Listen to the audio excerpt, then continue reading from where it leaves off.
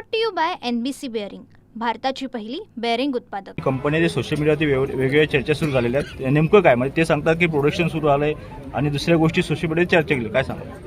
मला सोशल मीडियावरच्या आधी सगळ्याच माझ्या हितचिंतकांना एक विनंती करायची आहे की मी राज्याचा उद्योगमंत्री आहे.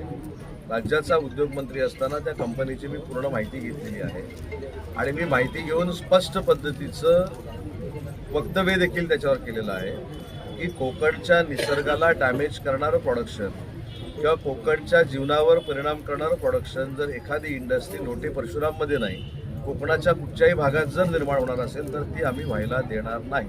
नंबर 1. नंबर 2, PFASच्या संदर्भामध्ये जे काय पसरवलं जातं आहे, जे काय बोललं जातं आहे त्याच्यातली वस्तुस्थिती पडताळून बघू. पण तिथे प्रोडक्शन जे सुरू आहे म्हणून सांगितलं जातं ते फ्लोरिनचं प्रोडक्शन सुरू आहे.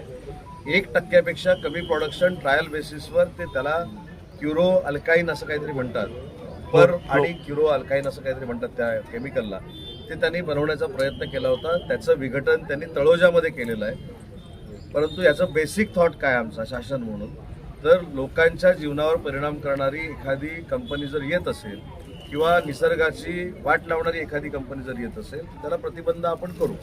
ही माझी भूमिका झाली, जिल्ह्याचा पालकमंत्री म्हणून भूमिका झाली. पण याच्यामध्ये केंद्रीय प्रदूषण मंडळाची देखील भूमिका विचारावी लागणार आहे. महाराष्ट्र पोल्युशन बोर्डानं 4 ऑक्टोबरला त्यांना नोटीस दिलेली आहे. त्यांच्याकडनं समाधानकारक किंवा असमाधानकारक उत्तर देखील अजून आलेलं नाही. त्याच्यामुळं कालच मला पर्यावरण विभागाचे जे सदस्य सचिव आहेत, आपले जे कलेक्टर होते MD सिंग, ते व्हिजिट त्या कंपनीला करतायत. त्याच्यामुळं कोकणावर परिणाम करणारा प्रकल्प कुठच्याही परिस्थितीमध्ये आम्ही होऊ देणार नाही. ही जी भूमिका इथल्या नागरिकांची आहे ती पूर्ण आम्ही पडताळणी करू, तपासणी करू आणि त्याच्यातनं घातक जर काय असेल तर ते बॅन करू. Brought to you by NBC bearing, भारताची पहिली बेअरिंग उत्पादक.